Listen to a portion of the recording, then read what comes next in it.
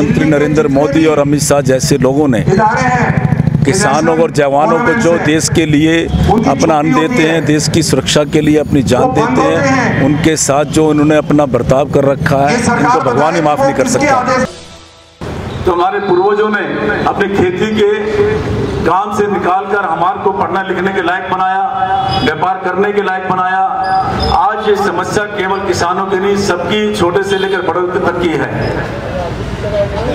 पिछले लगातार 3 महीने से दिल्ली के चारों बॉर्डरों के ऊपर किसान कड़कड़ाती ठंड के अंदर अपनी मांगों को लेकर बैठे हुए हैं।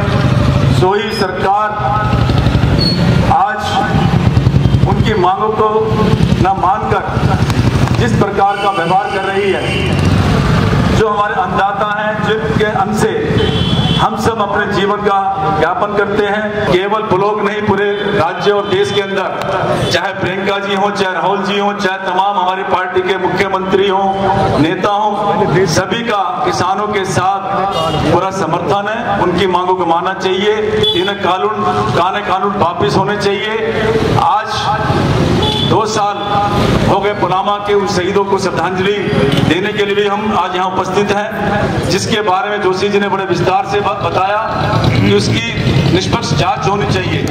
निष्पक्ष जांच होनी चाहिए। लाल किले के ऊपर जो लोग पहुंचे, जिन्होंने वहां पर झंडा फहराने की कोशिश करी, जिन लोग वहां पर कैसे पहुंचे, उसकी भी निष्पक्ष जांच होनी चाहिए।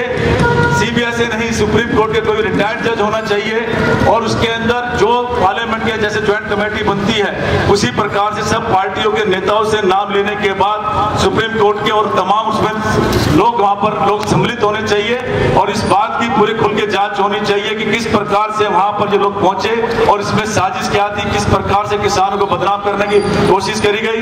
इस प्रकार से उस बात को भी जांच होनी चाहिए। पुलवामा के अंदर जो कांड हुआ, जिसके अंदर उससे पहले जो आज फर्स्ट उस पर आया है रिपोर्ट संपादक का, अर्नब गोस्वामी का, कि उसकी भी जांच होनी चाहिए कि जो जवान शहीद हुए, हमारे देश के लिए शहीद हुए, हमारे लिए शहीद हुए, उसके ऊपर भी जांच निष्पक्ष होनी चाहिए। पुनः अपना समर्थन, अपना सहयोग, अपना समय अपने कार्यकर्ताओं की तरफ से, परिवार की तरफ से, पार्टी की तरफ से उन किसानों के लिए सिर झुकाकर उनको श्रद्धांजलि अर्पित करता हूं, जिन्होंने इस किसान आंदोलन के अंदर अपने जान देकर इस आंदोलन को नया रूप दिया।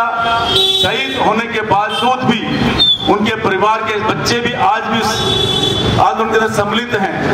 सरकार अपनी इस मांगों को माने, नहीं तो आज केवल किसान और जय जवान का जो नारा है, उसके साथ साथ व्यापारी वर्ग भी, नौजवान भी, कॉलेज के बच्चे भी, युवा भी, सभी सम्मिलित इसमें हो चुके हैं।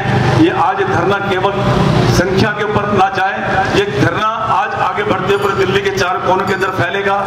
आज बैंकों का नेशनलाइज किया, इंदिरा गांधी ने गरीब लोगों की मदद करने की कोशिश की।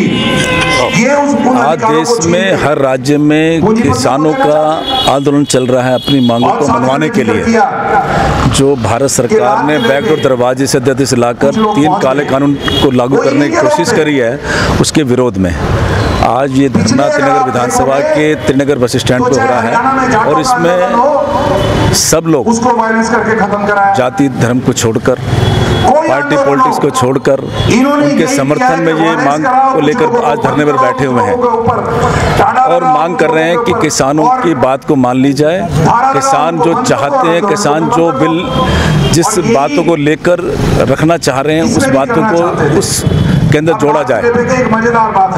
आज ये ऐसी सरकार भारत की, जिसके प्रधानमंत्री नरेंद्र मोदी और अमित शाह जैसे लोगों ने किसानों और जवानों को जो देश के लिए अपना अन्न देते हैं, देश की सुरक्षा के लिए अपनी जान देते हैं, उनके साथ जो उन्होंने अपना बर्ताव कर रखा है, इनको भगवान ही माफ़ नहीं कर सकता। आज हम उनके समर्थन में यहाँ बैठे हुए हैं जिस प्रकार से अलग अलग राज्यों के अंदर हमारे कांग्रेस के नेता राहुल गांधी और प्रियंका गांधी जी ने अपना धरना और प्रदर्शन में पंचायतों से अपनी बात को कह रहे हैं कि इस कानून में क्या कमी है।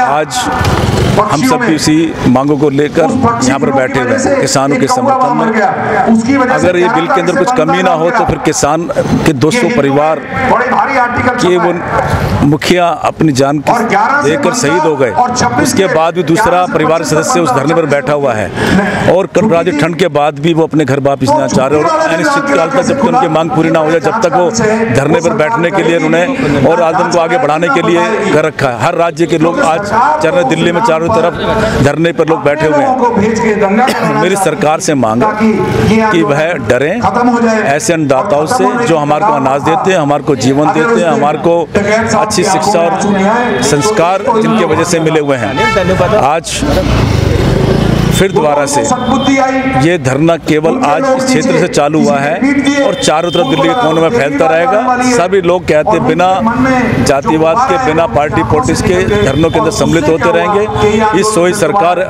और ऐसी सरकार जो कठोर है, करूर है, जो किसानों को आतंकवादी कहती है, कभी खालिस्तानी कहती है, इसलिए लाल किले पे जो लोग पहुंचे हैं वो कैसे पहुंचे उसकी जांच होनी चाहिए, रिटायर्ड जज से होनी चाहिए और उसमें सभी लोग पार्टी पॉलिटिक्स के लोगों से सलाह लेकर जो लोकसभा के अंदर सदस्य हैं, राज्यसभा सदस्य हैं, कौन लोग उसमें सम्मिलित हों जिससे दूध का दूध पानी का पानी हो सके। पुलवामा के अंदर जो लोग शहीद हुए हैं 2 साल पहले की जो घटना है, जिस प्रकार से पिछले दिनों व्हाट्सएप पे चैट से पकड़ा गया, वो पत्रकार के नाम जिसमें कांड होने से पहले ही सबके पीछे दे दिया, उसकी भी एक जांच होनी चाहिए। अभी तक 2 साल तक ये बात दबी हुई है। आज हम दोबारा से ऐसी गलतियां ना हो, इस कानून को वापिस ले सरकार और किसानों की बात को मांगे। इन्हीं शब्दों के साथ मैं आज ये धरने पे जो लोग बैठे हुए हैं इनके साथ अपना को जोड़ता हूँ, अपनी पार्टी के कार्यकर्ताओं को जोड़ता हूँ, पार्टी के लीडर जो इसमें समर्थन कर रहे हैं उन सबको कहते हैं उनके साथ अपना को जोड़ता हूँ। इसके बाद सीएम केजरीवाल ने विधानसभा में कृषि बिल को बार विरोध जताया था। इनके समर्थन में पब्लिक में विधानसभा में जताया है ना, वो जिस प्रकार से पहले आंदोलन करके बाहर निकलते थे वो किसने मना करा है। वो भी आए, बैठे, वहाँ पंचायत करें, वहाँ पर जनता किसानों के समर्थन में अपने पार्टी कार्यकर्ताओं को लेकर सबके लिए अपना एक आंदोलन चालू करें। जिस प्रकार से वो अपना लेके बॉर्डर पे पहुंचे थे उसी प्रकार से आज लेके मार्च निकाले, कहते प्रधानमंत्री के बाद चले, हम इसका विरोध करते हैं। विधानसभा के अंदर कहना और उसके बाहर कहने के अंदर अंतर है। सभी लोग चलेंगे उनके साथ, कौन मना कर रहा है, कहते हैं चले नरेंद्र मोदी का और कहते हैं इस सरकार का विरोध करने के लिए उठे निकले।